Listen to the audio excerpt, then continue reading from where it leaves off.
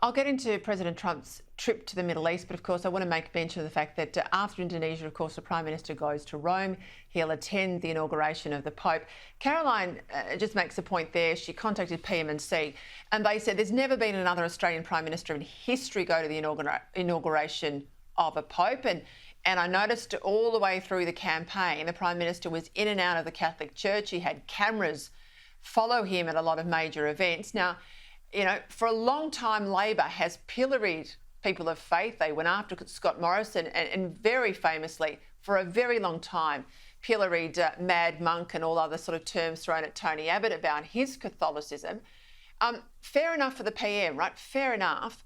But then when he is sworn in, takes office, he makes an affirmation and doesn't want to hold up a Bible, doesn't want to swear an oath, which makes me instinctively say, this is playing the politics here and nothing else. Well, Peter, I wouldn't question the sincerity of Anthony Albanese's religious beliefs, and oddly enough, I don't want to verbal the PM on TV, but I've discussed this with him once or twice in the past when I wasn't so critical of his performance on defence, and I believe that his religious belief is quite sincere. And I think it's good that he's going to the inauguration of the Pope. It's not only a terrific opportunity to meet world leaders that he hasn't met yet, like Mark Carney from Canada and so on, so it's fully justified in terms of the diplomatic opportunities, but it is showing respect for the institution of the papacy and the institution of the Catholic Church. And remember, the new Pope, he voted in Republican primaries in Chicago. Not many Republicans have ever been elected Pope in the history of the Catholic Bible, Church over why 2,000 no years. oath?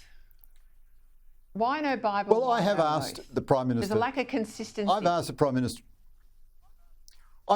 Minister about that in the past, in non-official conversations. They weren't interviews or anything.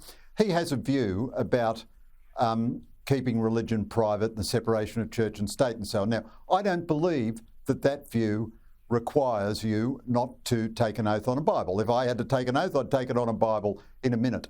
But I don't question his goodwill over that. But of course, Labor plays its politics very hard. But I'm not really in a mood to cry any crocodile tears for the coalition, because that was the worst campaign I've ever seen in the history of the world. And they weren't mugged by unfair forces. They just produced a shockingly terrible campaign. Oh, I agree with that. I agree with that.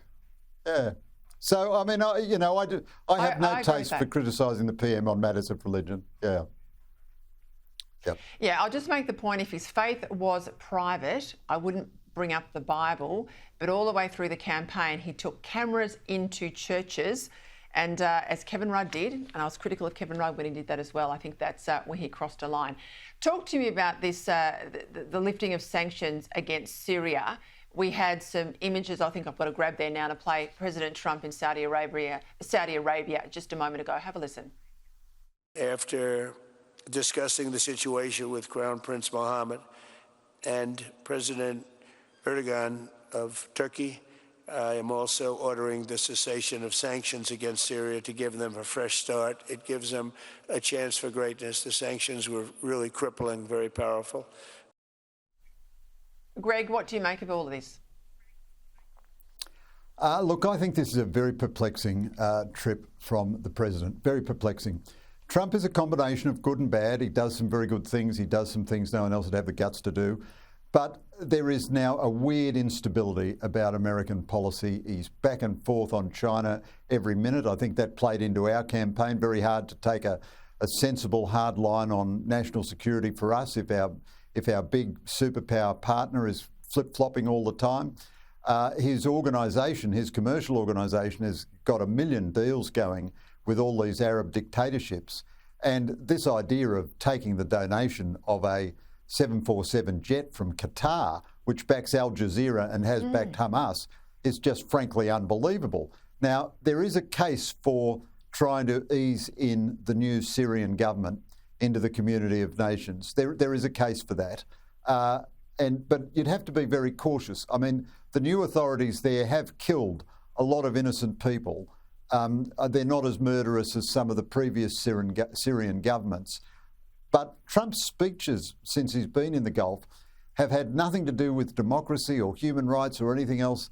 He likes a dictatorship which gives him a lot of money. And now, if this helps domesticate Syria, that's great. If, on the other hand, it just enables the latest batch of Islamists to come more quickly to power, that's a worry. And if there's alleged to be American investment going into Syria, that could be a force for stabilisation. That might be a good thing.